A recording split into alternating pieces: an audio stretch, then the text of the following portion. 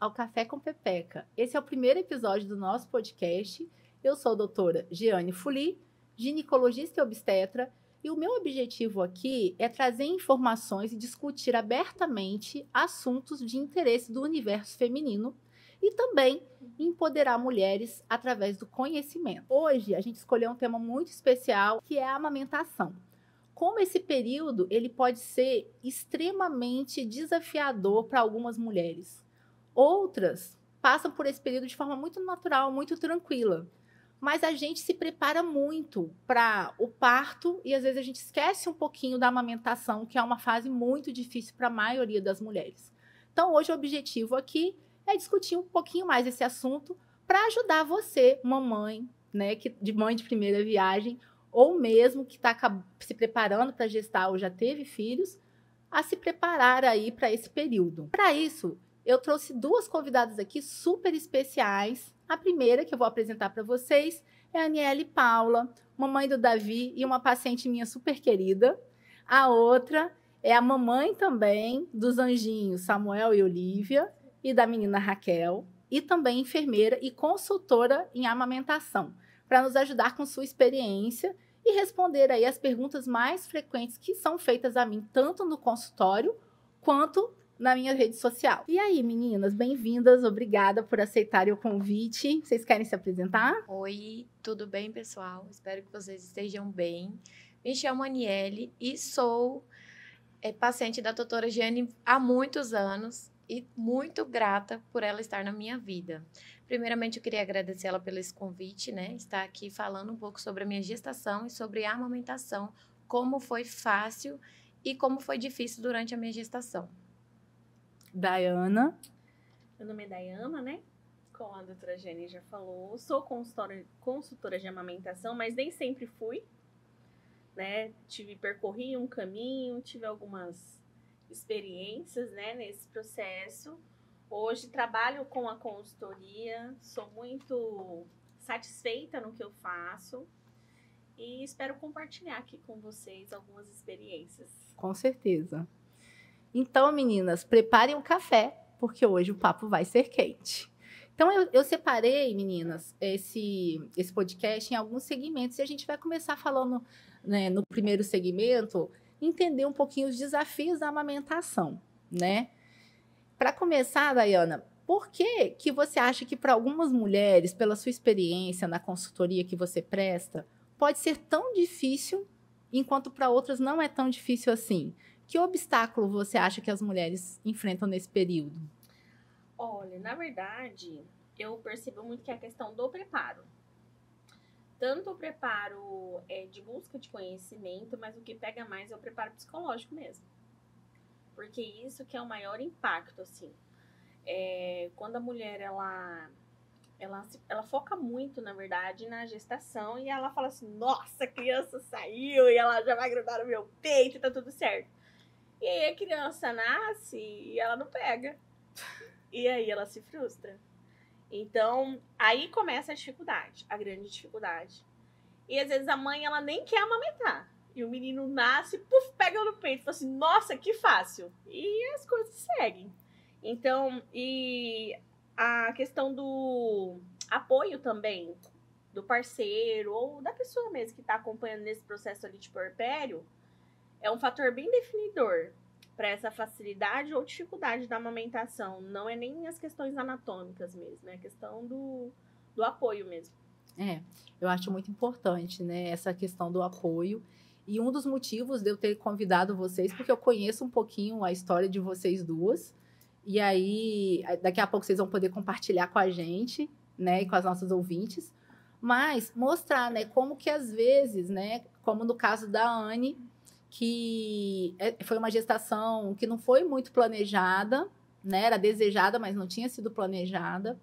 E como que essa rede de apoio, o pré-natal, né? Esse conhecimento prévio ajudou o processo e ela não teve nenhuma dificuldade com a amamentação. Enquanto nós, né, Dayana, tanto eu quanto você, eu como ginecologista, eu achava que eu sabia tudo de amamentação, né? Porque eu trabalhava com isso, porque eu orientava mães. Confesso que antes antes de eu ter filhos, quando eu fazia pré-natal, não era um assunto que eu abordava frequentemente com as minhas pacientes. Depois fica frequente quando você tem filho. Era uma falha. Mas eu me tornei uma médica e uma obstetra melhor depois que eu fui mãe. Porque eu vi como que eu não sabia nada de amamentação na prática. Que é o que você falou. A gente acha que o neném já vai grudar e que é uma coisa que você nasceu para fazer, que é natural, que você não precisa aprender. E na realidade não é assim, né? Não, e uma coisa assim muito interessante, eu vou confessar aqui agora, existe a modalidade da consultoria pré-parto. Né? O que é essa consultoria pré-parto? Você orienta, na verdade, a mãe sobre os aspectos da amamentação, todo o processo, porque assim, não é parir o leite esguicha. Existe um processo fisiológico, uma decaída hormonal, né? Um levantamento de outros hormônios.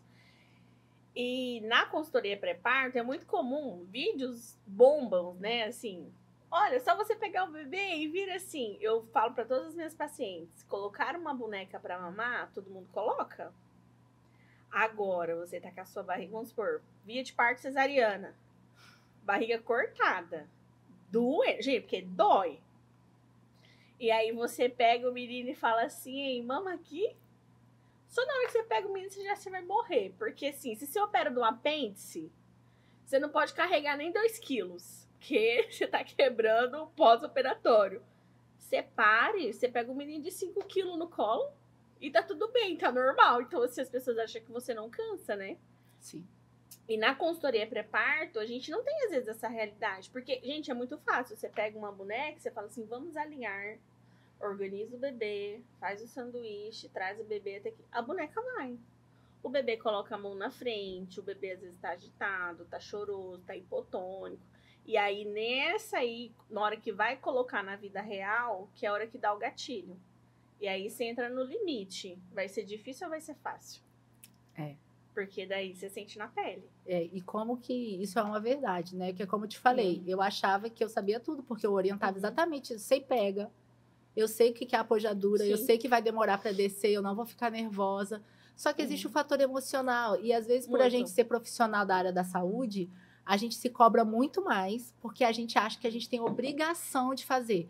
Aí você fica nervosa, e aí o leite não desce, demora mais para descer, e aí fica assustada. E a gente fica tão nervosa que às vezes a gente pensa assim, não precisa ninguém me ajudar, tipo, é vergonhoso, eu faço isso todos os dias com outras pessoas, né? Sim. E na consultoria pré-parto mesmo, quando eu vou fazer, o que eu sempre falo assim, ela falou, o que você faz na consultoria pré-parto? Eu literalmente faço o que a gente tá fazendo aqui, olha, seu filho vai nascer, você vai sentir, qual é a sua via de parto? Ah, eu quero normal. Ok, olha, no normal, você vai sentir isso. Ah, na cesárea, assim, entendeu? Ó, e eu falo mesmo, assim, para os pacientes, ó, você vai sentir essa descarga emocional. O menino chorou, você chora com ele. O menino ri, você tá chorando. Você sabe nem por que você tá chorando. Que é a tristeza materna, né? Então, nessa consultoria, eu trago para a mãe os aspectos emocionais.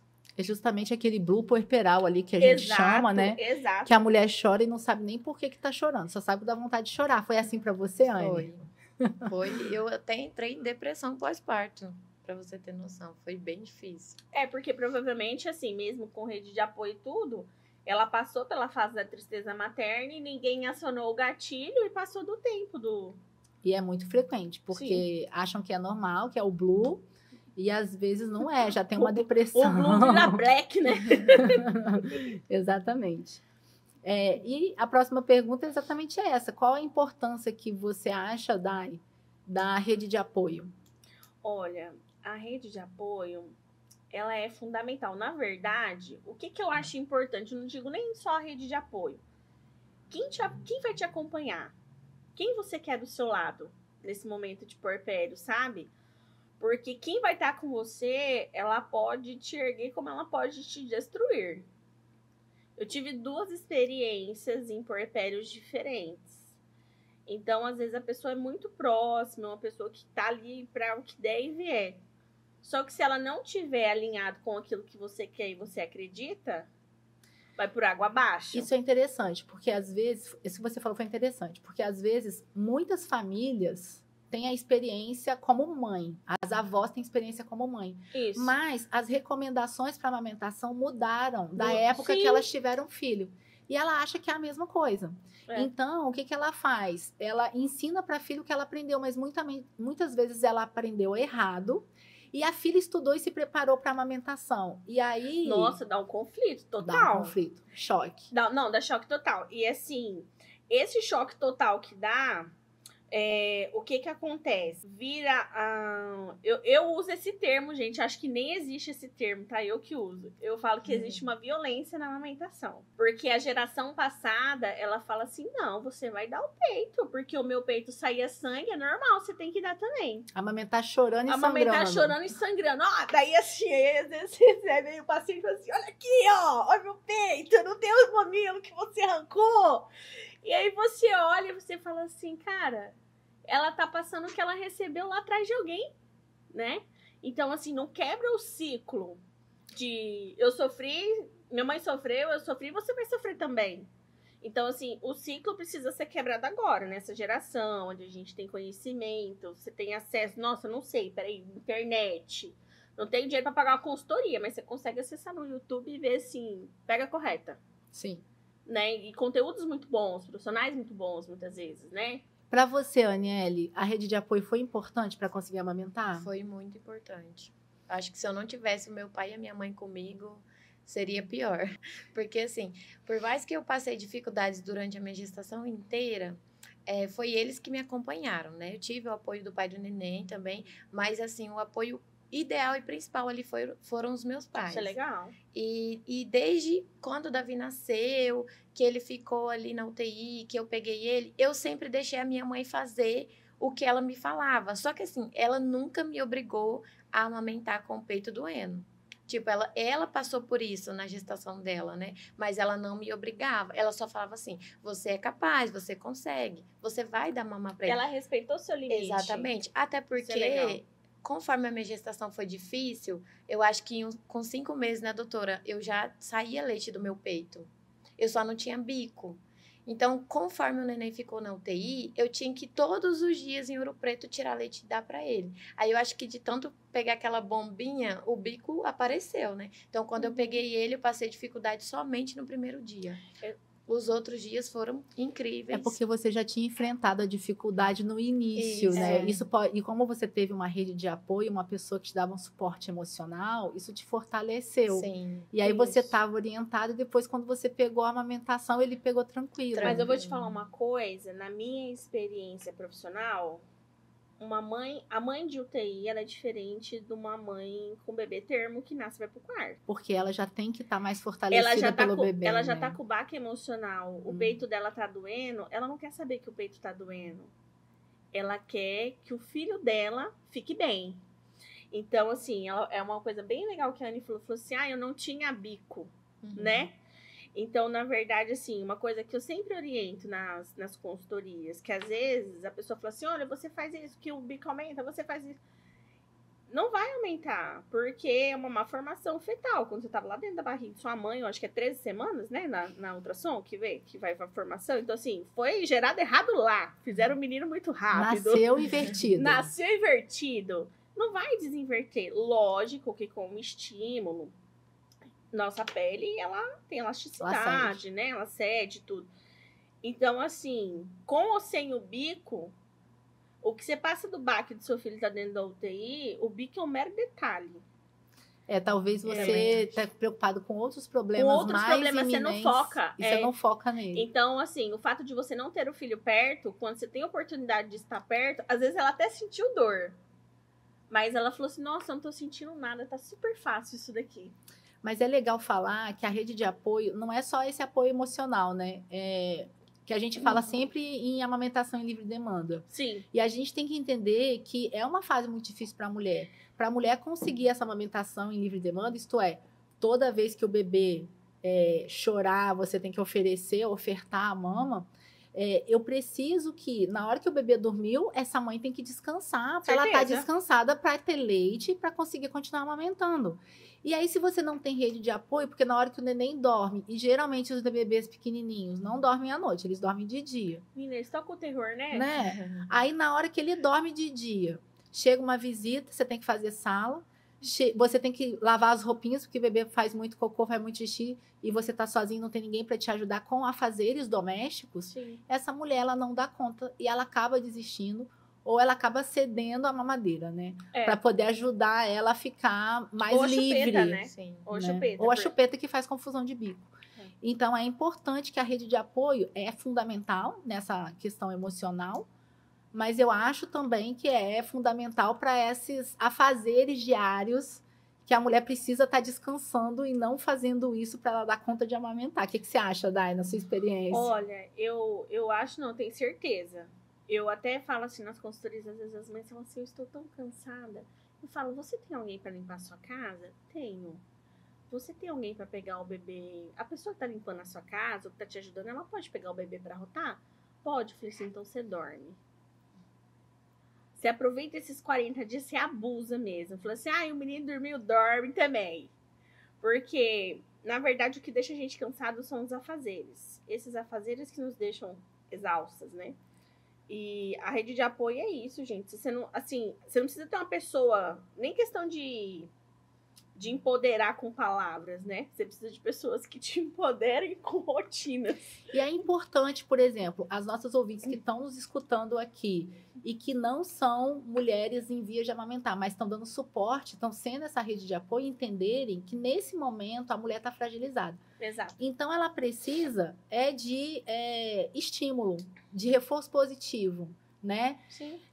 Atrapalha muito você estar ali com dificuldade de amamentação e tá uma pessoa falando assim, dá uma chuquinha não vai matar, né? Porque você sabe que você não quer dar chuquinha, mas na época dela se dava, então ela não respeita o seu conhecimento e fica falando assim, nossa, mas porque o seu leite é fraco? Porque por mais que a mãe tenha se preparado, ela começa a duvidar que ela é capaz. Ela fala, nossa, meu filho chora muito, meu leite realmente deve ser fraco. Olha, e toda mãe duvida, tá? Você duvidou, Anne? Conta pra gente. Não, na verdade, duvidar não. A minha situação foi um pouco diferente, que assim, o Davi mamava muito, porque eu tinha muito leite. E a minha mãe socava canjica em mim. E eu amava, né? Acabava aquela canjica, eu mandava ela fazer outra. Então, conforme eu comia, parecia mais leite ainda. Mas você dormia, né? Você tinha alguém pra te Mais ajudar, ou né? menos, mas por quê? Não porque eu não tinha ninguém, mas pela dificuldade que eu tive na minha gestação, eu não tive resguardo. Então, assim, eu ganhei o Davi com 8 meses e ele foi pra UTI, eu tive que acompanhar todos os dias andando ali. Eu fiz cesárea, sentia dor, sangrava, tive hemorragia.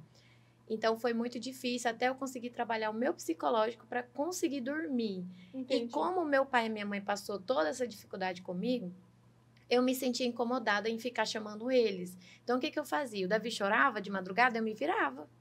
Não chamava. Muitas vezes o meu pai acordava às 5 horas da manhã, eu estava sentada no meio da cama, cochilando e ele mamando no peito. Aí meu pai pegava ele e falava, Anne, vai descansar. Você não pode fazer isso. Esse apoio é importante. Entendeu? Aí ele pegava o Davi dormindo, colocava ele lá fora, ou no carrinho, ou na rede, balançava um pouquinho, ficava até eu descansar ali 1, 2 horas, até ele chorar, porque quando ele pegava querendo o peito, ele chorava muito. Mas, assim, sempre eles estavam comigo. Eu é que não gostava de incomodar eles. Então, eu acho que eu até cheguei nessa fase de depressão pós-parto justamente por isso. Porque eu me fechei ali e eu escutava muitas coisas. Fulano de tal chegava em mim e falava, nossa, você tá aí se virando sozinha e tal, você não pode fazer isso. E aquilo entrava na minha mente, então foi ficando cada vez mal. Eu cheguei a pesar 59 quilos. Eu tava magra. Não sabia o que fazer. Meu pai me encaminhou para uma psicóloga, ele marcou uma consulta, ele chegou e sentou e conversou comigo, não tô te achando bem, você não tá legal, eu marquei uma consulta numa psicóloga para você. Cheguei lá, fui na primeira conversa com ela, não consegui me abrir, só na segunda consulta que eu fui, ela foi conversando ali comigo, né, para eu conseguir entender o que eu tava passando. E quando o Davi tava com 4 meses de idade, eu levei ele no pediatra. E o pediatra falou assim, Anne, você vai ter que entrar. Eu não recomendo, isso é proibido, mas você vai ter que entrar com comida com seu filho. Você não pode ficar amamentando ele o dia inteiro assim que você vai morrer. Porque eu tava muito magra e faltava vitamina, eu tomava vitamina. A doutora sabe o tanto de remédio que eu tomei durante a gestação.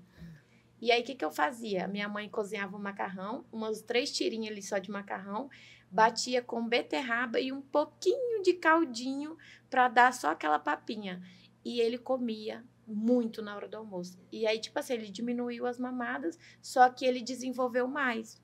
Aí ele começou a dormir melhor, e eu também. Quanto tempo ele tinha? 4 meses de 4 idade. meses. Uhum. Não é habitual, porque geralmente Não. a gente estimula a amamentação exclusiva 6 meses. Sim, mas foi igual o pediatra falou. Ele falou, não pode, é proibido, mas para te salvar, para você não se afundar, eu vou ter que fazer isso. Mas sabe o que é interessante nisso daí que você está falando? Que é uma coisa até que a gente estava conversando um pouquinho antes de começar a gravação, de como que existe a regra, existe a capacitação, mas existem também fatores individuais e que a gente tem que ser capaz de acolher e identificar para dar suporte a essa mulher. Porque às vezes é necessário, não vai ser todo mundo também que, às vezes, você tem ali uma criança que tem uma alergia à proteína do leite, que tem uma intolerância à lactose, e que essa mãe, às vezes, vai ter que introduzir o NAN, né? Vai ter que fazer um aleitamento misto. E tá tudo bem. E que tudo bem, né? Não é obrigatório. A gente fala da importância do aleitamento exclusivo, e eu brinco o seguinte, que ainda bem, para que existem essas campanhas de amamentação? Aquelas atrizes lindas, maravilhosas, numa foto bonita, segurando seu bebê amamentando. Que não é um crime, tá? Aquilo ali existe para estimular as mulheres a amamentarem, porque não é fácil. Aquilo ali não é a realidade, aquilo é a expectativa, mas a realidade, na maioria das vezes, é muito diferente. É bem diferente. Se mostrasse a realidade, a gente não se frustrava. Mas se mostrasse total a realidade, a maioria ia falar, nem quero tentar. Sim, verdade. Né? Não, mas daí a gente pega as que o bebê pega facinho. Então, o que acontece? É importante estimular para que a mulher queira fazer, porque realmente é o melhor alimento para o bebê nesses primeiros 6 meses. Mas que se não der, Tá tudo bem. tudo bem. A gente tem que acolher isso, a gente tem que adequar cada caso. Ó, né? tive um paciente mesmo que ela me contratou e ela falou bem assim: olha, eu vou ter um bebê e eu tô passando por uma situação e eu não posso amamentar. E eu quero dar leite materno. Eu falei, tá bom. Ela falou, tá bom. Eu falei, tá bom. Ela falou, mas aí eu vou dar mamadeira. Eu falei, tá tudo bem. Aí ela, sério mesmo? Eu falei, sério. Mas ela não podia amamentar, desculpa, porque ela não queria? Não, ela tinha uma rotina e ela precisava cumprir aquela rotina.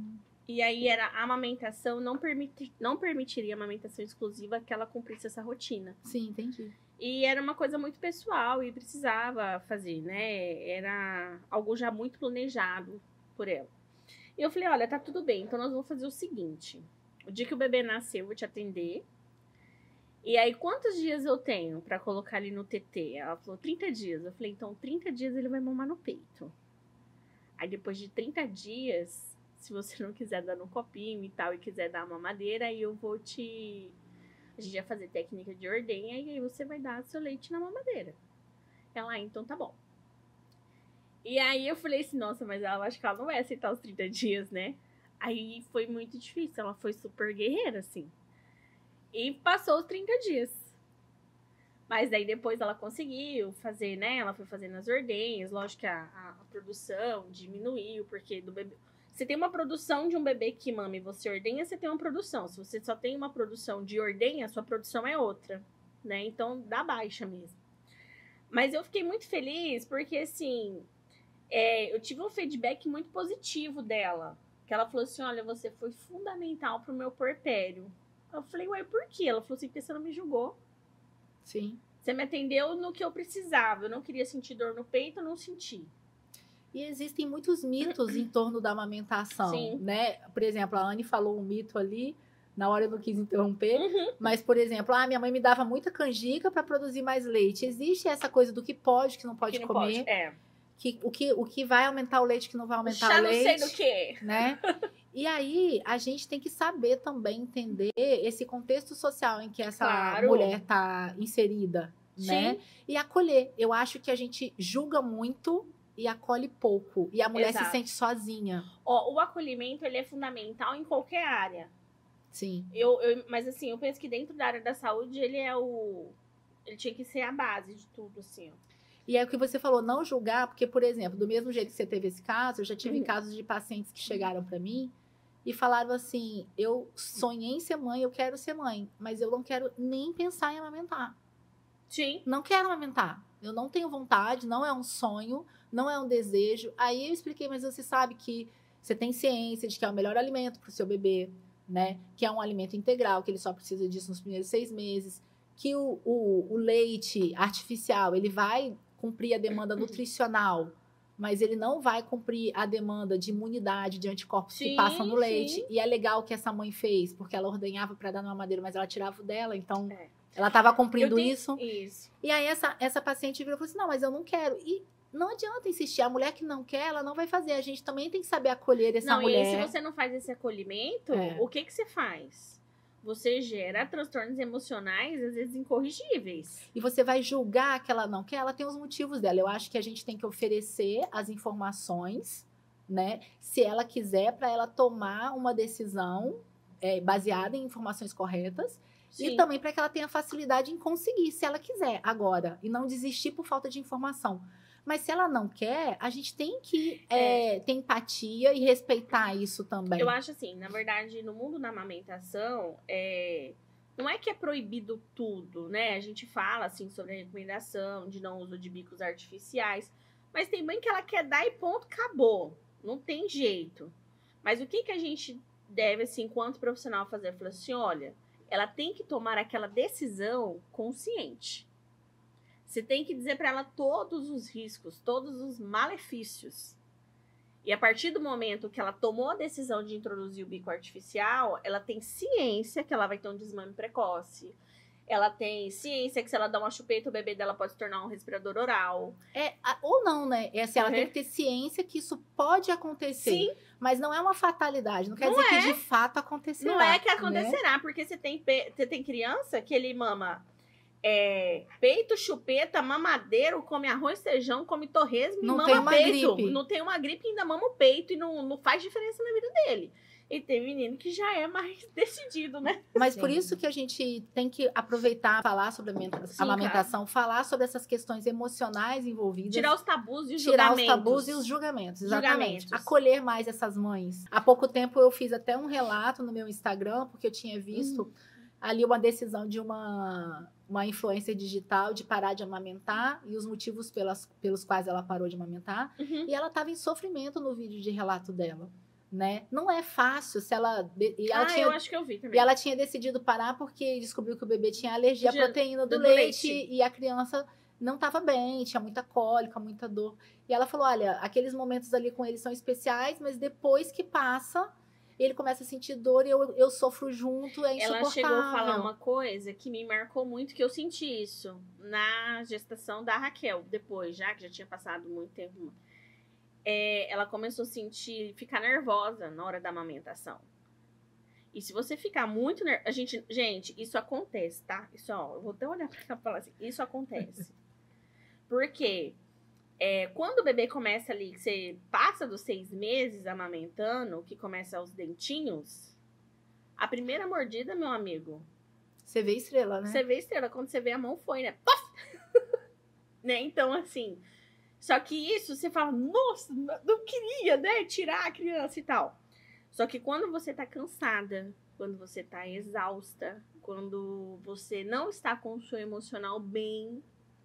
por exemplo, eu perdi meu pai, a Raquel tinha 4 meses, 3 para 4 meses. Era o cara que eu mais amava na vida.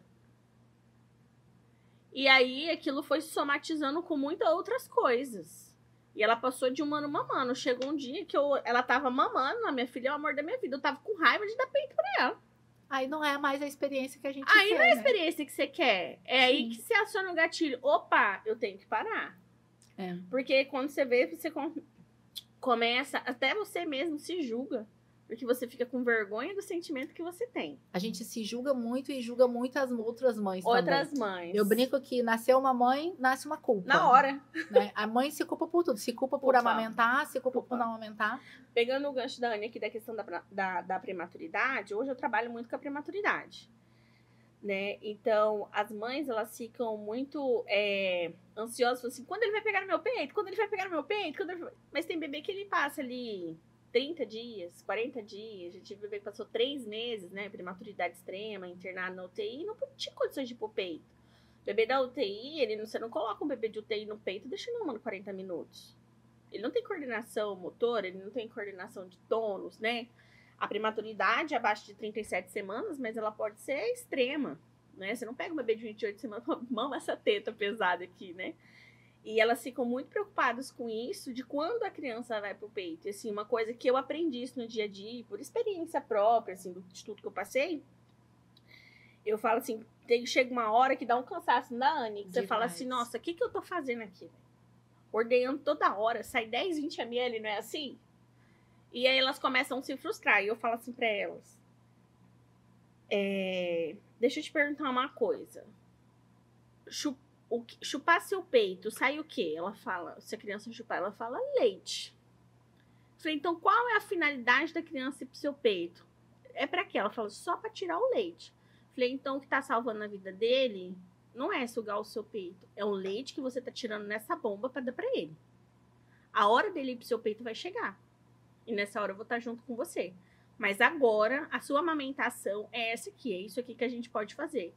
Porque o amamentar não é só se levar pro peito. Você amamenta é como pode. Se você tem um bebê com uma formação, mas você quer dar o leite materno numa sonda, você tá amamentando, velho. Inclusive, eu não vou fazer spoiler. Daqui a pouco eu vou falar a minha experiência. E exatamente isso que aconteceu. Vocês vão ver que a gente tem que fazer o que dá. Né? É o que dá. É o que dá e tá tudo bem. E aí... outra coisa, você acha que é importante, na sua opinião profissional, ler e estudar sobre alimentação para conseguir amamentar? Eu acho que é legal, assim. É muito importante, mas eu acho que o estudar, você tem que saber onde você estuda. Para você não fazer confusão. Tem muita informação na internet, mas nem sempre a informação é de qualidade. É importante estudar, mas também você está fazendo um pré-natal. Tem um médico ali que você escolheu, que é o seu médico de confiança. E é muito importante você usar os insights que ele vai te dar, a experiência dele, que não é só com você, ele já tem anos de experiência orientando outras mães. Hoje a gente vê muitas chamadas, assim, nas redes sociais, sobre ordenha não sei o quê, que você vai ter tanto de leite, né? Vai aumentar essa produção. A gente vê muitas chamadas. A gente vê muito sobre a questão dos frenos orais, são muito evidentes. Então, assim, o bebê, gente, ele não nasce, você não sai cortando língua. O fato do peito estar machucado não é só por causa do freno oral, você precisa de uma avaliação. Sim. Então, às vezes, assim, dependendo de onde você busca informação, eu já atendi mãe do peito dela tá machucado, da pega tá errada. Só a pega errada. E ela falou, olha, não sei quem teve a língua presa, que eu conheço, a minha filha tem também, por isso que... E a criança não tinha. Mas ela preferiu, por conta própria, ir levar no odontopediatra para cortar a língua da criança. Não tinha necessidade. Tanto que o odontopediatra não fez.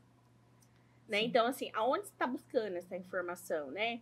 A gente tem que tomar muito cuidado sobre a questão do aumento de produção. A gente tem um desespero hoje, uma ansiedade por aumento de produção. Você está em apojadura ainda, você já está com muito leite. As pessoas já querem tomar alguma coisa para aumentar a produção. Calma, existe um processo. Sim, né? É importante você falar uma coisa que eu gostaria de pontuar. O tipo de parto, ele interfere nesse tempo de descida do leite, né? Então, quando é um parto normal, você teve uma produção hormonal ali para aquela produção do leite, e mesmo assim pode demorar até 3 dias de sucção de estímulo de mamilo para esse leite descer, para ter a apojadura. Pode. Isso é muito importante. Agora, numa cesárea, eu brinco, você marca cesárea, mas você não marca apojadura. Não teve a produção hormonal para a produção do leite. Então, é interessante, mesmo a paciente, falando aqui para vocês, minhas ouvintes, mesmo a paciente que quer cesárea, o entrar em trabalho de parto é fundamental para que aconteça essa produção hormonal para a descida do leite. Porque senão o seu leite vai demorar mais a descer. Agora, também não é uma receita de bolo. Por quê? Porque, por exemplo, eu vou falar o meu relato, né? Mas dando já um spoilerzinho. Eu tive parto normal, mas eu tive bolsa rota e eu não entrei em trabalho de parto espontâneo, foi induzido com medicamentos. E o leite não estava lá, né? E o leite não desceu. E aquilo, por ser médica, por querer amamentar, por ser ginecologista, por ser um sonho amamentar e pela autocobrança, né?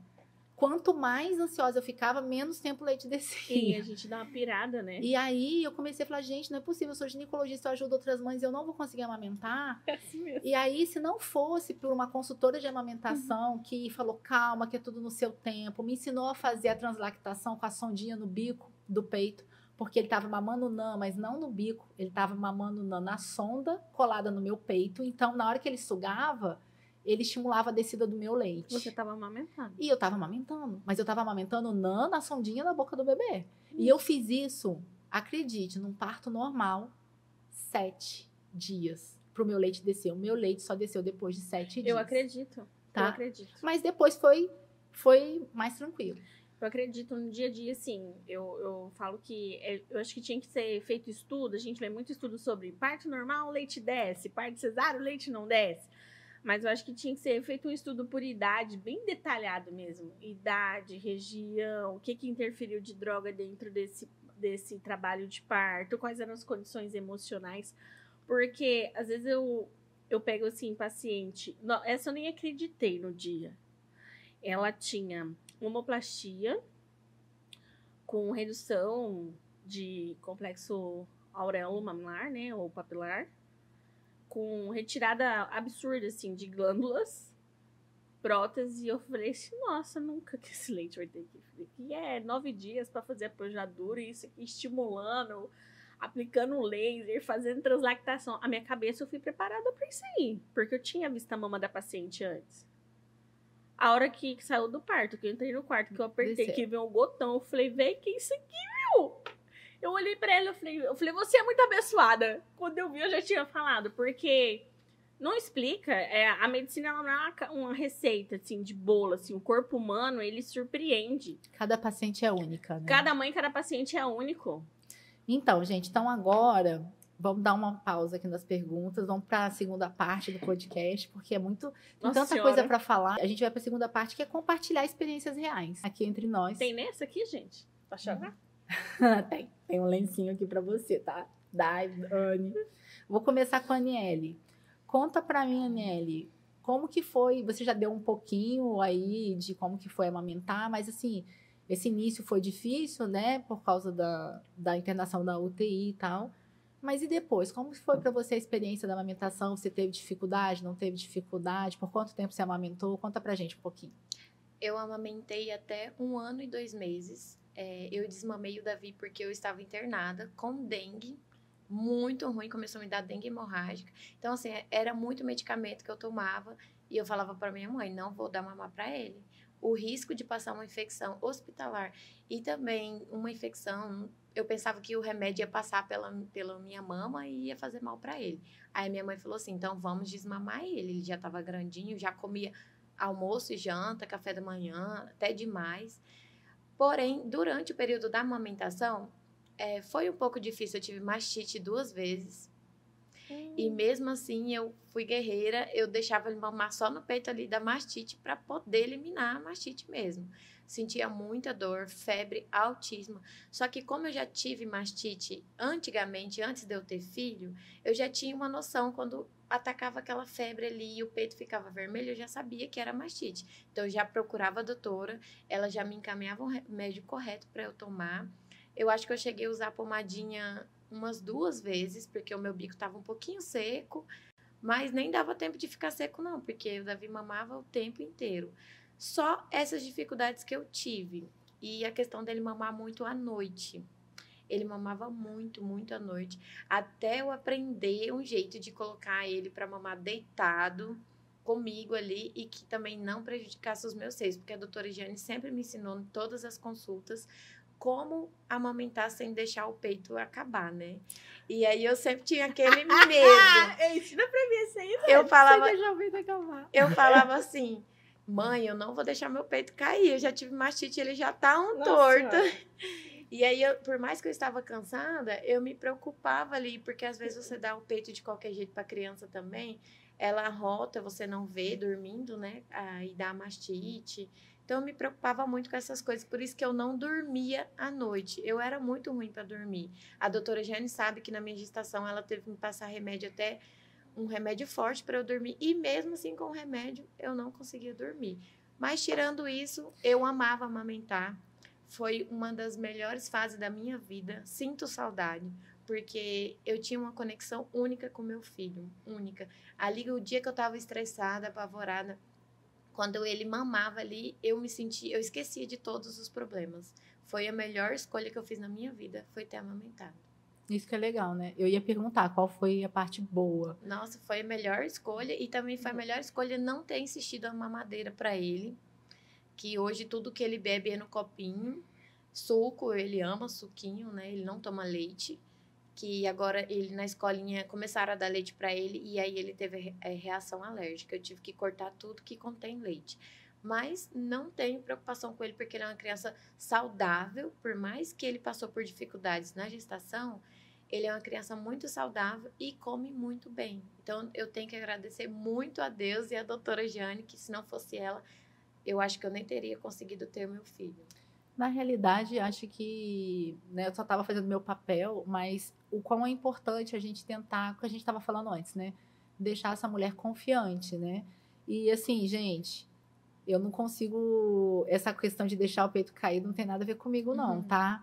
Isso daí depende de cada mulher, da estrutura colágena de cada seio, né? Tem mulher que amamenta um bebê e o peito cai, tem mulher que amamenta 10 e o peito tá lá lindo no lugar. Tem quem nunca amamentou e é caído. E é caído. Então, isso não é não é a amamentação que altera isso. Eu costumo brincar que o que altera essa questão de cair ou não é o fato de gestar e não de amamentar. Porque na gestação o peito cresce muito. Sim. Por causa do estímulo hormonal, ganho de peso. E aí, quando você perde essa gordura, né, você emagrece muito rápido. Se o seu colágeno não for bom, a pele não sustenta e acaba caindo.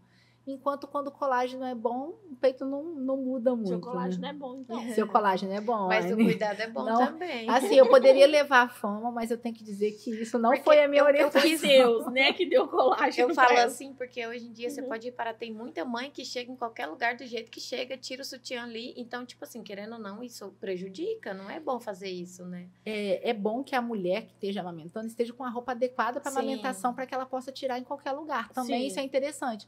Eu lembro que quando eu tive filho, eu não tinha uma blusa de botão aberta no meio. Eu tive que comprar um monte de blusa, Menina, porque senão você vai ter que tirar o vestido. Você sai com o vestido, aí na hora de você dar mamar, mas vai tirar o vestido pra amamentar, não tem como. Então é importante isso também. Meninas, tá grávida, comprem blusas abertas, tá? Na frente, para conseguir amamentar.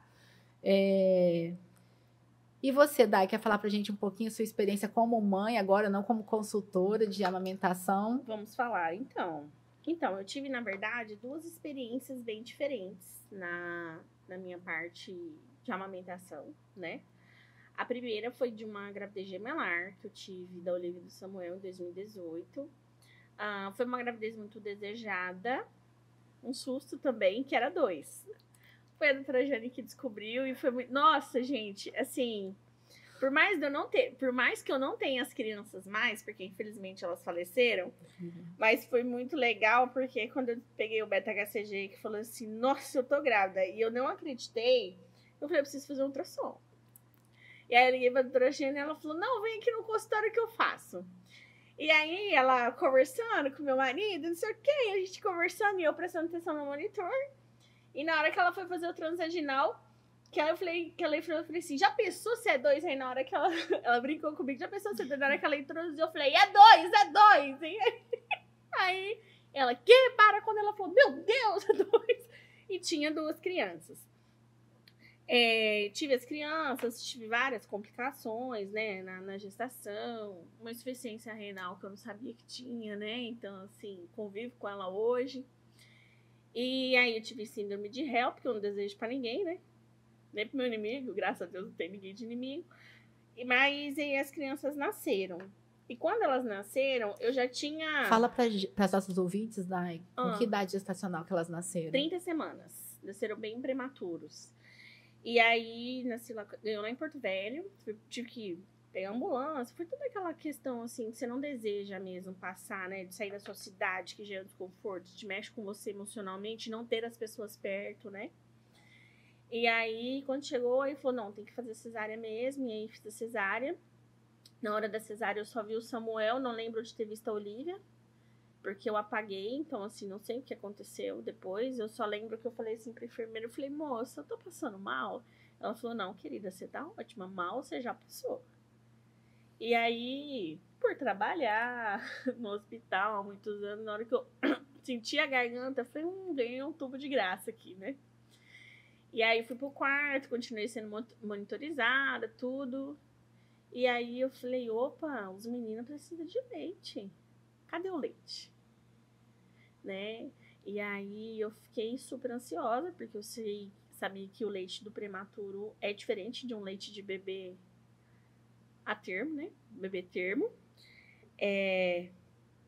Tem muito mais valor energético. Eu falei assim, agora é o momento. Eu vou ordenhar aqui, vai sair rios de leite, eu vou salvar esses meninos.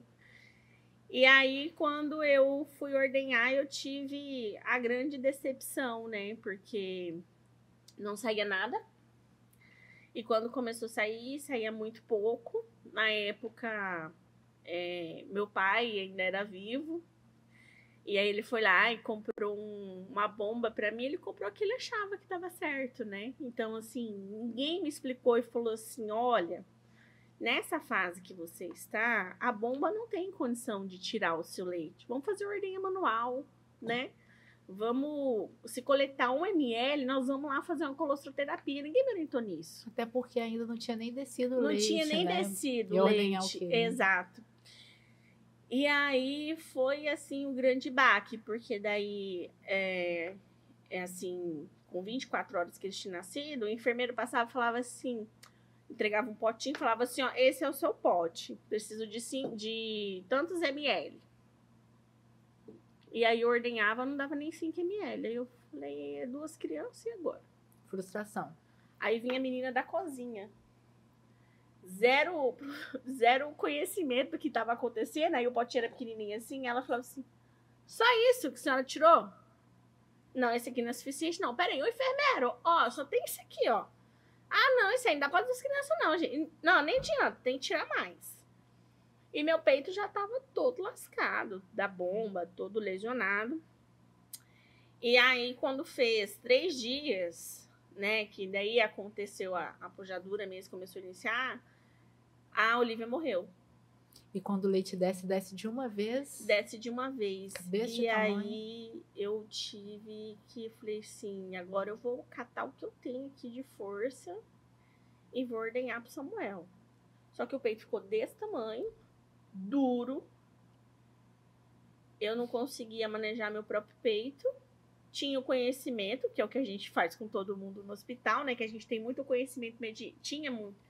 A gente, como profissional dentro da unidade hospitalar, a gente tem muito conhecimento imediato, né? Pariu, vamos fazer golden hour, vamos botar o menino pra mamar. E eu não tinha aquela questão assim, nossa, você não pega um paciente com apojadura dentro do hospital. É raríssimo. É porque acaba que dentro do hospital... Ele tá em casa, né? Dentro do hospital, quando os problemas começam, o neném tá em casa. O neném tá em casa. Daí que é interessante a questão da do consultoria. acompanhamento da consultoria, né? exatamente. Porque o problema não vai ser na internação, Não vai vai ser ser em casa. É por isso que eu acho que é importantíssimo esse momento aqui, para a gente mostrar as dores da amamentação. Sim. Para que elas saibam, nossos ouvintes, que ela tem que pedir ajuda, não esperar, né? Porque vai acontecer a dificuldade, você tem que saber agora que aconteceu isso, poxa, o que eu tenho que fazer? Então, e aí eu tava dentro do hospital e eu continuei internada, porque eu também fiquei grávida, fiquei internada. E ninguém falava assim, olha, faz isso no seu peito. E o meu peito só enchendo e não saía nada. Porque nem eu entendia o processo que quanto mais cheio ele tava, menos leite ele ia sair. Que comprime os ductos. Que comprime os ductos, eu não sabia fazer a drenagem das mamas, né? Eu não entendia a questão hormonal, que meu peito estava tão cheio que daí o meu corpo parava a produção ml hora para mim não fazer uma mastite, né? E aí aos poucos fui manejando do jeito que eu conseguia, mas eu sempre recebi uma resposta muito negativa, que nada era suficiente. E aí até que chegou um ponto que eu fui liberada e fui pro hotel. E aí o leite que eu trazia do hotel eles não recebiam. Porque a unidade hospitalar você tem que ordenhar dentro da unidade hospitalar. Até assim, eu até entendo, hoje entendo e super apoio, porque eu acho que tem que saber mesmo a condição que vai ter, porque o leite materno ele não é estéril. Então, se você não tomar cuidado, você já contamina mesmo. E assim, pode, ainda mais na prematuridade, né? Só que também não tinha um local para me ordenhar dentro do hospital. Isso é importante você falar. Você falou algumas coisas, né? Uhum. E é aquilo que eu te falei, que eu me tornei uma médica melhor depois que eu fui mãe. Sim. Porque a formação do profissional médico que faz parto, ginecologista, obstetra, não valoriza a amamentação. Valoriza a preocupação com o parto. Então, o que acontece? Para você ver como que muitas pessoas que te prestaram assistência dentro do hospital, não é só o médico também que está treinado. Não, é toda a equipe. Tem que estar treinada. É importante fazer esse treinamento de equipe, que não acontece muitas vezes. Desde a servente, em como ela vai acolher essa mãe, e falar, não, esse leite seu é muito pouco, não quero. Né? Eu acho que tem que começar... Até a esse profissional que vai te... Nossa, tem uma mãezinha aqui com o bebê na UTI...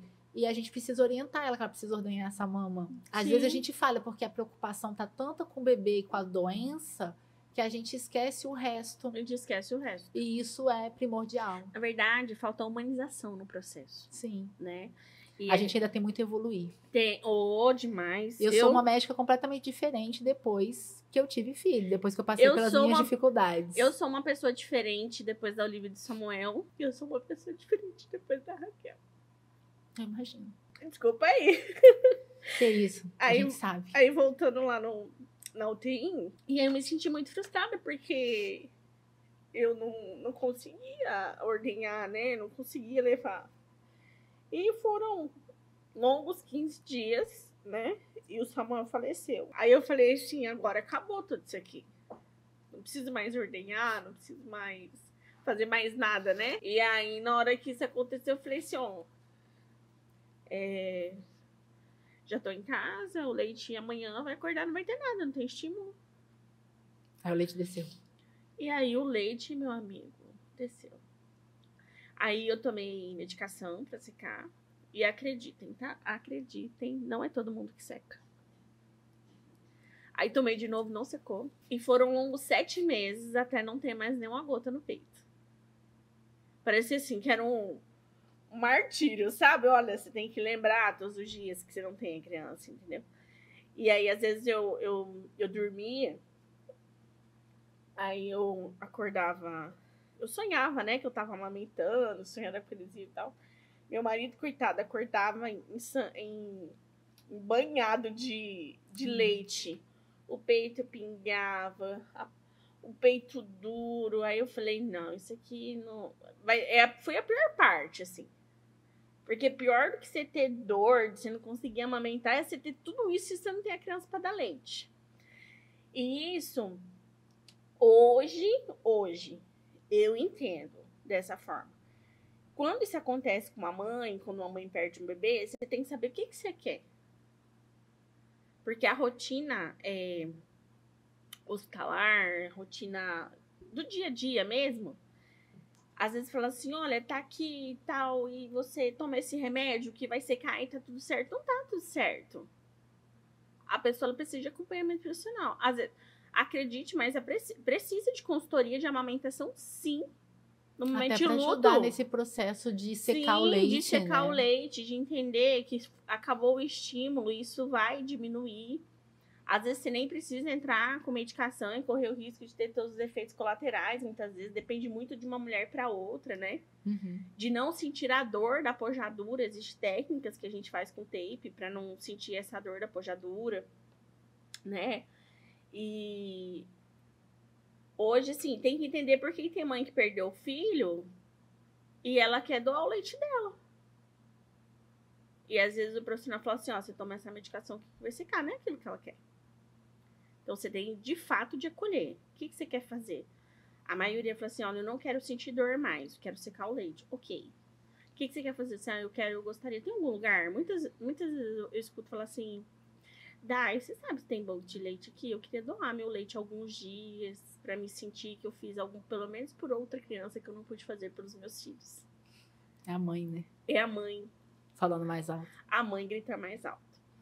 E aí, quando eu tive a Raquel, foi bem na pandemia, né? E a Raquel, ela era assim, o bebê milagre, esperado, assim, falou, nossa, nunca vai vir, veio, né, assim, a Raquel foi uma bênção. Todos eles, os três, né, são bênçãos. Eu falo que eu povoei o céu e a terra, né, então eu tenho esse povoamento, né, Contribuiu para os dois lados. Os dois lados, né. Às vezes eu até brinco com a Raquel quando ela olha a lua, e a lua às vezes está de cor diferente.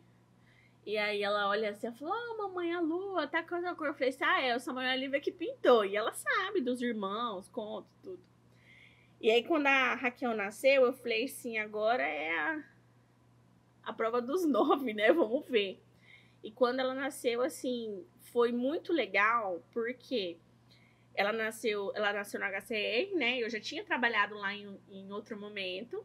Nesse momento eu não estava trabalhando, foi na época da pandemia. Eu fui ficar com meu pai um tempo, e assim, eu sei que foi um tempo que Deus reservou para nós, porque na pandemia eu perdi meu pai, então se eu tivesse talvez na loucura do dia a dia trabalhando, não teria vivido com ele esse momento, ele curtido a gravidez da Raquel e tudo.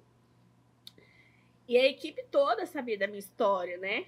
Porque quando eu perdi o Olivia e Samuel, eu trabalhava lá. Sim. E aí eu tive um acolhimento que eu falei, uau! Que legal, né? Então, assim, na época, quando eu tive a Olivia e o Samuel, eu saí daqui, fui pra capital, né, que nós temos. Eu falei, nossa, a gente tá na capital, porque a gente tem essa sensação que, tipo, você tá aqui em Paraná, se não resolveu saúde é Porto Velho, né? E, na verdade, a gente tem profissionais muito bons aqui, a gente tem recurso muito bom aqui. Eu sou suspeita pra falar, eu também acho. Não, eu acho. E na época eu fui mesmo, não porque eu não confiava aqui, eu só fui porque na época não existia o UTI neonatal. E graças Sim. a Deus hoje tem, né? Então, assim, hoje outras mães têm oportunidade. E aí, eu peguei e quando a Raquel nasceu, eu me preparei, de verdade. Eu me preparei pra falar assim, Pra olha... amamentar ou pra não amamentar? Você achou que você ia ter dificuldade? Não pra dificuldade. Eu me preparei de ouvir a equipe falar assim, bora dar um não. E eu falei, quando eu chegar em casa eu me viro. Entendeu? Eu me preparei pra isso. Da equipe falou assim, não, você não tem leite não. Eu me preparei pra isso. Porque foi a experiência que eu tive. Então, eu preparei pra receber o que eu tinha tido em outro momento. E aí, quando... Eu tenho até uma foto muito legal que uma vez eu postei no meu Instagram, que tá a Vilma, lembra da Vilminha? A Vilma, tá a Eva. E tá a doutora Vanessa, que ela não tá mais aqui, acho que ela foi embora pra Gramado, né? E na época, assim, ela ficou muito eufórica e tudo. E a doutora Carol que fez a sala de parto. Que na hora que foi pro peito. Na cesárea ali mesmo, a doutora Carol, ela veio comigo e falou assim, olha, daí ela é linda. E eu olhei assim, não deu tempo nem eu de chorar, a doutora pó no peito. Eu falei, sim, é isso aí que eu queria, entendeu? Eu fiquei muito feliz. Eu falei, é isso aqui. A cesárea humanizada. E legal mostrar que é possível também humanizar a cesariana. Possível. Depende de treinamento de equipe, né? Sim. Porque na própria sala de parto, enquanto o médico tá ali te Sim, operando, faz. já é possível o pediatra vir colocar o bebê no peito. E eu fiquei muito feliz porque na época que eu trabalhava na assistência, isso sempre aconteceu lá. Sempre. O bebê só não ia pro peito na cesárea ou no parto normal, né, da época que a gente trabalhou juntos também, só não ia se de fato ele não tivesse hemodinâmica respiratória para aquilo. Sim. E na hora que eu falei assim, cara, ela mamou.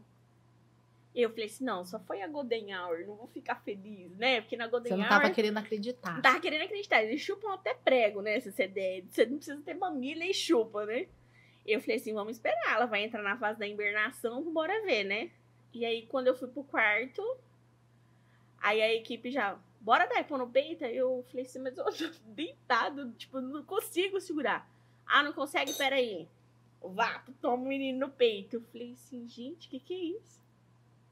Aí eu falei, senhor tem colostro? Aí eu lembro que uma técnica falou bem assim pra mim, falou assim, ó, se sair uma gota, nós vamos dar uma gota. A diferença do preparo da equipe novamente. A diferença do preparo da equipe. Aí eu falei, o que eu mais fiquei feliz, porque isso não é só comigo. Isso acontece com todo mundo. Desde que a mãe permita. Desde que a mãe se abra pra isso acontece. Eu sei porque eu vivo essa realidade. Uhum. Né? E daí na hora eu falei assim, gente, ela mamou. E aí chegou uma hora que... Aí eu levantei, né? Aquele processo todo de levantar da cesárea. Você achar que você vai morrer por causa da dor, tudo aquilo. Aí chegou uma hora que eu falei bem assim, dá um leitinho pra ela que eu não tô aguentando mais dar peito. Por quê? Porque eu tava assim, tão passada que a menina tava mamando. Aí ela falou assim... Na nossa vez, a gente faz na errado, nossa vez, né, aí Dayana? ela falou assim, mas é que é pra relactação, né? Aí eu falei assim, pode ser.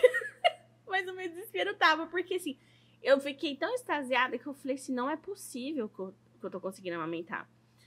E aí ela falou assim, você tem certeza que você quer dar o leite? Aí eu pensei assim, por uma fração de segundo, eu falei, não quero mais não, quero dar peito. Né? Que foi aquele momento do desespero ali. Mas por que eu tive esse momento de desespero? Porque ela nasceu com um freio oral.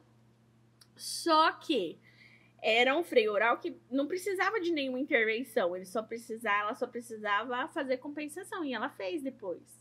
Então, quando eu fui pra casa, o peito machucou. Parecia que a menina tinha dente. Eu lembro que uma vez ela fez um apertamento por causa do fluxo do leite. Quando eles travou assim, ó. E dói, né? E eu comecei, me ajuda, socorro! E meu marido falou que tem oferecido o meu peito. Meu também falou assim. Nem pega seu mamilo e faz assim. Aí no meio da gengiva você fala, meu Deus. Parece que tem uma serrilha, né? Aí meu marido falou assim, você tá louca? E tem neném que tem a gengiva serrilhada. Tem serrilhada. Aí meu marido falou assim, você tá louca? Como que a criança tá causando... Eu falei assim, cara, eu tô morrendo aqui, você me ajuda. E ele, o que eu faço? Eu falei, não sei. E aí a primeira semana eu fiquei muito perdida, porque Covid, eu já não ia ter assim muita rede de apoio, entendeu? Aí no Covid tem zero, né? Aí era eu e meu marido. Não pode nem receber visita. Nem receber visita. E aí era meu marido e eu, e vamos lá. Eu falei, então vamos. Aí um dia eu acordei e eu falei assim, olha, eu tô cansada desse feito doer. Peraí. Falei, vem cá, Raquel, agora a mãe vai aprender a dar peito. Aí eu falei, olhei pra ela e falei assim, olha aqui. Eu não sou sua mãe hoje, eu sou a enfermeira dela. Eu vou colocar você no peito, porque eu já perdi as contas de quantas crianças eu fiz mamar. Você vai mamar esse peito aqui. E aí eu fui manejando, e aí eu falei assim, agora eu te acertei, agora vai ser assim. E aí eu consegui amamentar, porque chegou uma hora que eu tive que bloquear, eu mesmo bloquear minha mente. Falei assim, olha, agora você não vai ser mãe, agora você vai ser enfermeira. Na hora que ela fazia a sucção, que ela pegou, que ela canulou, aí eu podia relaxar e eu ficava, oi, neném da mamãe, né? A enfermeira saía e ficava só a mãe na hora ali. E assim foi. Hoje ela tem 3 anos, mas eu amamentei mesmo ela até 2 anos e meio. Legal. Até 2 anos e meio. Mas hoje ela tem 3, agora em 25 de novembro ela faz 4. E pelo que eu entendi, depois que passou essa primeira fase, que são os primeiros 30 dias que são mais difíceis, sim, né? Claro. O resto da amamentação foi tudo de boa. Não, fluiu de boa. E é isso que é interessante até falar para nossos ouvintes, porque o difícil e o que a gente precisa fazer esse reforço positivo quando você quer amamentar são os primeiros 30 dias. Passou os 30 dias... Você vai. Vai, tranquilo. E aí que começa a parte boa, porque tem parte boa. Tem parte boa. A parte boa que é tão gostoso você amamentar e o neném vir. E quando eles começam a crescer, fazer um carinho no seu rosto, não, brincar com o seu cabelo. Né? Aí eu lembro que eu ficava com o celular assim. Gente, olha que carinha linda, mas só eu que tô vendo, eu vou fotografar. Aí eu fotografava umas fotos horrorosas, só parecia a cara do bebê gigante desse da mãe, assim. Mas eu achava lindo, porque era tão gostoso, né? E essa é que é a parte boa. Só que pra você entrar nessa parte... tem que passar os primeiros 30 dias que são desafiadores, né? Teve. E assim, eu tive uma baixa de produção, né? Com a onda que eu tinha 4 meses. Foi quando eu perdi meu pai. Uhum. Então, assim, fator emocional. Foi fator emocional. Uhum. Então, assim, mas logo se reestabeleceu. Mas de tudo isso, que foi todo esse processo, né? Hoje eu falo do Samuel e da Olivia com bem menos dor. Assim, mas... eu até tenho um vídeo lá no Instagram que tá gravado. Aquela vez foi a primeira vez que eu falei, então ali eu me emocionei demais. Também, ouvindo você falar. Ali eu me emocionei demais, porque hoje eu trabalho na consultoria pelos meus filhos. Isso que eu ia perguntar. Essa experiência do Samuel e da Olivia e também da Raquel interferiu? Porque quando eu te conheci, você não era consultora de amamentação. Não, eu só botava menino pra mamar. E agora você é consultora de amamentação com TT de Ouro aqui em Ji-Paraná. E... fundar essa empresa e começar a trabalhar com isso, sofreu interferência do que você vivenciou como mãe no período de amamentação? Olha, hoje foi assim, na verdade foi o divisor de águas. Hoje profissionalmente dizendo, assim, amo assistência como enfermeira, tudo, tanto que... Mas hoje, assim, hoje eu tenho a oportunidade de trabalhar na unidade de terapia intensiva como consultora de amamentação. E que são mães que estão passando pelo mesmo E processo são mães doloroso que estão passando você pelo mesmo passou. processo que eu passei. E eu não conto para as mães o que eu passei, né? Mas agora elas vão ficar sabendo. Agora elas vão ficar sabendo. Mas assim, na hora que eu tô lá na sala da ordenha, do atendimento, né? E às vezes as mães, elas choram e...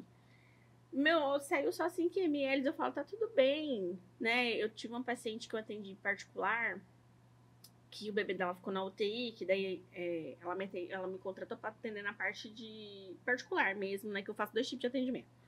Tem as mães que os bebês que ficam lá, que já são os do canguru, eu faço atendimento. E tem quando a mãe me contrata particular, que ela quer um serviço extra. E aí eu lembro que assim que o bebê nasceu, ela foi uma dessas raridades que tinha leite. Né? Ela me ligou num sábado, eu tava no cinema, era às 19 horas. Ela me ligou, não atendi, e aí ela mandou mensagem: oi, você que é a Dai do TT de Ouro? Eu falei, sou. E aí ela falou assim: olha, o meu bebê acabou de nascer e ele tá na UTI, eu tô ansiosa porque eu quero saber como que é, porque eu não amamentei meu primeiro filho, e esse eu quero amamentar muito, e agora ele tá na UTI e tal.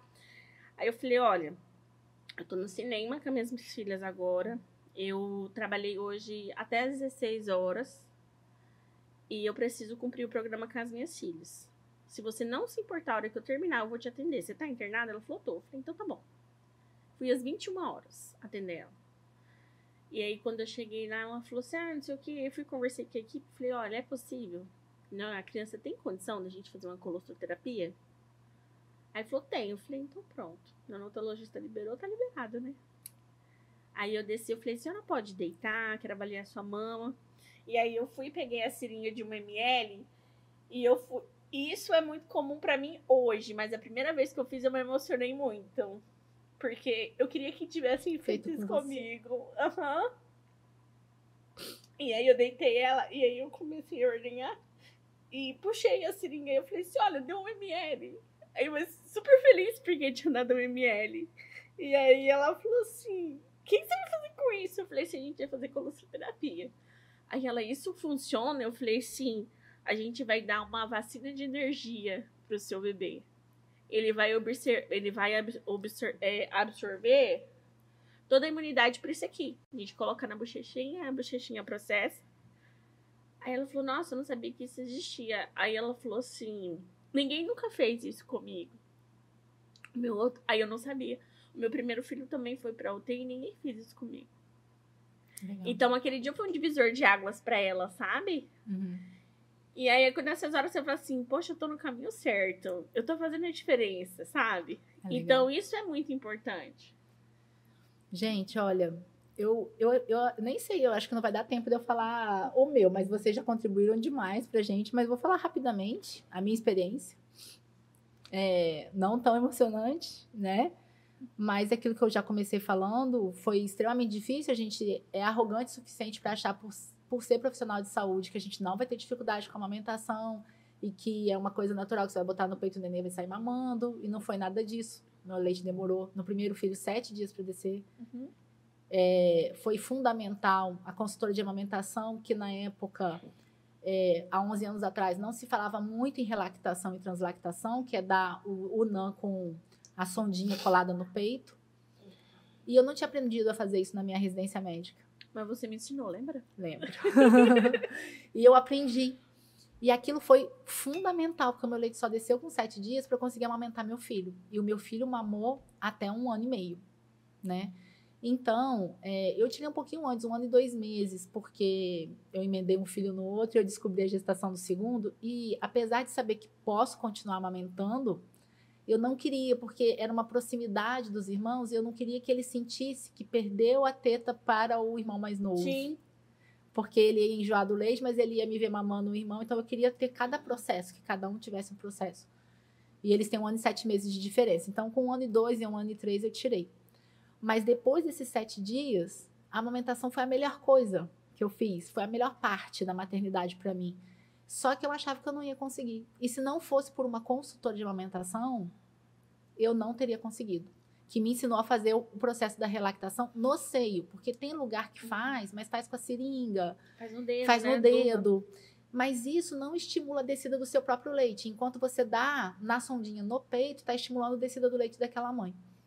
Então, isso foi fundamental para mim. Já o segundo filho, graças a Deus, né? Foi outra gestação. Ele já chegou, igual você disse, pegando o peito e não teve nenhum trabalho, não empedrou, não rachou, nada disso. Ele largou o peito espontaneamente porque quis. Então, foram duas experiências completamente diferentes. Mas como que isso fez diferença? Isso mudou a forma de eu encarar a amamentação também para as minhas pacientes. Então, como você mesmo falou, eu te ensinei a fazer relactação e eu sou aquela médica chata que no hospital, quando precisava dar, né, complemento, eu falava para as enfermeiras, gente, vocês vão dar complemento, mas não é no dedo, não é na madeira, não é na seringuinha, é no peito da mãe. E eu era aquelas que ia lá a primeira vez ensinar a fazer. Já fiz isso com diversas mães, porque muda, né? Muda. Inclusive, eu tive um caso interessante de uma mãe que adotou um bebê e ela queria amamentar o bebê dela, né? Que a gente sabe que não é o leite da gestação, mas ela queria amamentar o bebê dela, mas ela não tinha leite, porque ela não passou pelo processo gestacional. Sim. É possível? Eu falei, vamos tentar. E aí a gente entra com o processo de fazer a translactação com não, associado a medicações para estimular a descida do leite, ela conseguiu amamentar, fazer um aleitamento misto, né? É muito legal isso, Então né? é muito legal isso. Então, como que falar sobre essas dores, falar sobre essas experiências, mostra para as mulheres que é possível passar de uma forma mais leve, né? E que é importante a gente estar conversando sobre esse assunto, porque senão fica parecendo aquela propaganda de margarina, igual as campanhas de amamentação, que amamentar só tem coisa boa, que não é difícil e que é maravilhoso. Isso não é verdade, né? Tem um processo que é bem difícil inicial ali nos primeiros 30 dias e que a gente precisa falar sobre isso, esse momento que a gente está tendo aqui, justamente para quando a mulher passar por aquilo, ela não se frustrar e não desistir, se ela quiser. É importante a mulher saber que a frustração existe, É, mas que ela não te impede. não. Mas estamos chegando no final. E aí, como terceiro bloco e encerramento, eu queria que vocês, cada uma de vocês, começando pela Anne, dessem aqui algum conselho que vocês acham que pode ser útil para uma mulher que vai começar a amamentar agora. Qual é a dica de vocês, né? Olha, eu acho e eu penso assim que se uma mãe quer realmente amamentar, que ela junte todas as forças ali, né? E tente. E se conseguir, parabéns, sucesso, porque é incrível amamentar. E que você, e mãe, amamente até onde você vê que você consegue. Porque, igual eu desmamei o Davi com 1 ano e 2 meses, mas eu sofri muito no desmame.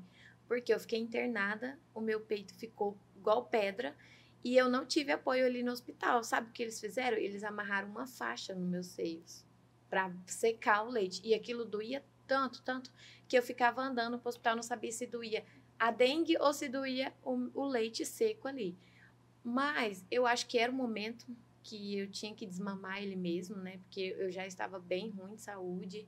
Eu acho que se eu continuasse amamentando após eu sair do hospital, ia piorar. Eu ia ficar mais fraca ainda. Mas eu só tenho que dar conselhos assim para você tentar e seguir em frente com a amamentação, até onde você vê que você consegue. Porque é muito bom amamentar. Você tem uma conexão muito diferente, única com seu filho.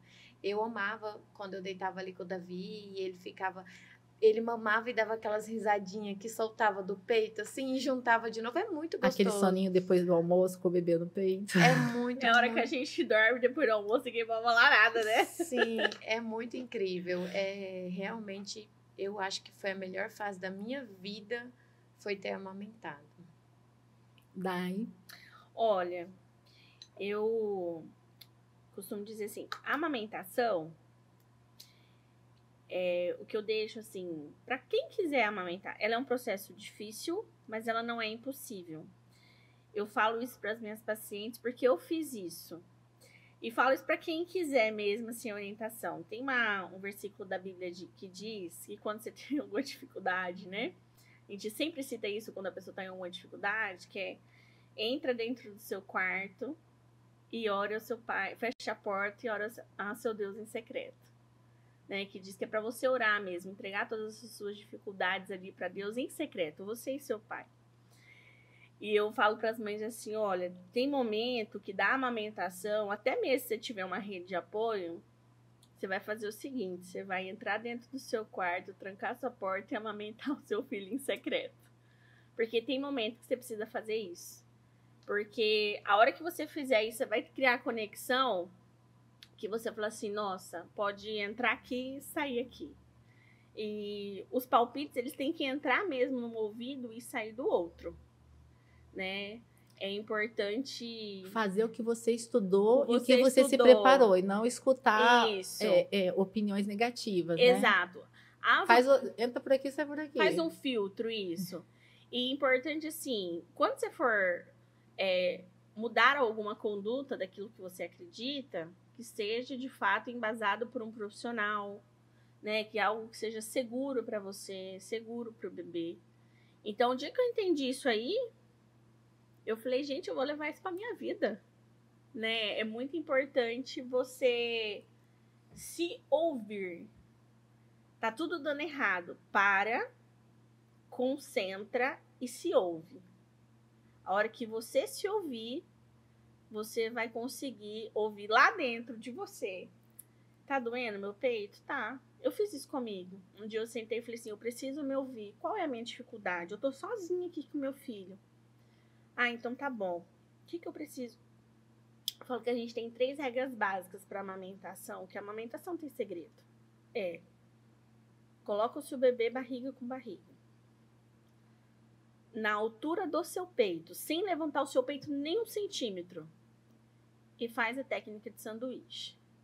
Se você fizer isso, se você organizar o bebê, fazer o sanduíche e na altura do peito, você vai ter sucesso na amamentação. E é uma coisa que eu falei assim, olha, se a regra é essa, então eu entendo que a criança pode estar de ponta cabeça. Desde que esteja confortável para mim e para ele, eu vou conseguir amamentar. Você tem razão. Tem que lembrar que a mulher tem que estar confortável. Você vai passar muitas horas do dia naquela posição e é muito comum, a gente recebe no consultório, paciente que amamenta de qualquer jeito, né? Tensa, nervosa, aí ela faz uma tendinite aqui, porque ela não está relaxada naquele momento. Tem que ser uma posição que você esteja tranquila, se é numa cadeira de amamentação, ótimo, se é na cama, ótimo. A forma que ela fique confortável, né? Ó, teve uma paciente que eu fui atender, que eu fiquei com vergonha de cobrar, de verdade. Por quê? Que ela não conseguia amamentar de jeito nenhum, e ela reclamava de muita dor e tudo. E ela aí quando eu cheguei lá, eu olhei tudo, tava tudo certo, só precisava fazer uma coisa. Virar o bebê. O bebê tava comendo assim.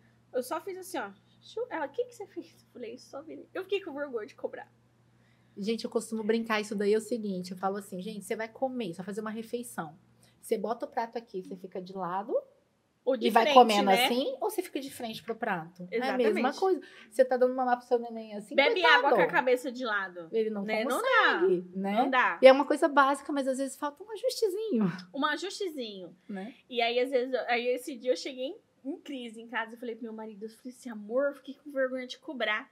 Aí ele falou assim, você não tem vergonha de cobrar? Ele falou, eu falei, por quê? Ele falou assim, por quê? Porque pra você saber que só tinha que dar essa viradinha, você estudou e não foi pouco. Sim. Aí eu falei, olha... Você facilitou o processo pra ela. Eu facilitei o processo pra ela. Então, eu vou dar... Querem falar mais alguma coisa? Não, acho que não. Agora eu vou falar o meu conselho final, que na realidade são 4. Então, primeiro... Eu acho que a paciente, ela precisa se informar, a mulher precisa se informar e ler, sim, estudar sobre amamentação, sobre pega, sobre técnicas. Se você está grávida de gêmeos, posições que você pode variar, tudo isso para você estar munida de informação técnica de qualidade. Para isso, você pode ter a ajuda do médico do seu pré-natal e também de um consultor de amamentação. O médico pode indicar uma bibliografia confiável, um site confiável onde ela possa se informar, né? Então, tem que estudar, tem que se informar para você estar segura e para você ter esse filtro de não escutar as informações que não são pertinentes Sim. e que vão chegar. E quando o profissional Né? te reafirmar, olha, a amamentação é assim, você fala assim, poxa, eu estudei isso, então tô certa, né? Saber que o seu leite não é fraco, apesar de muita gente te falar isso, e que você vai saber se o seu leite é bom é no pediatra vendo o ganho de peso do bebê na balança. Exatamente. Né? A segunda dica é que você tem que ter uma rede de apoio, nem que seja do marido, mas tem que ter uma pessoa que você possa contar para te dar tanto apoio emocional quanto esses cuidados com os afazeres domésticos e que acabam atrapalhando quem quer amamentar porque a pessoa não consegue descansar para estar disponível para isso. Exato. Então, acho que a rede de apoio é interessante, como a Dayana falou, tem que ser pessoas que tem que saber o seu lugar ali e respeitar essa vontade e os desejos da mãe. Tem que estar alinhada com a mãe, né? Terceira coisa, saber a hora de pedir ajuda. Ah, eu percebi que o meu bico está rachando. Não espera rachar. Já liga para o seu médico, já fala.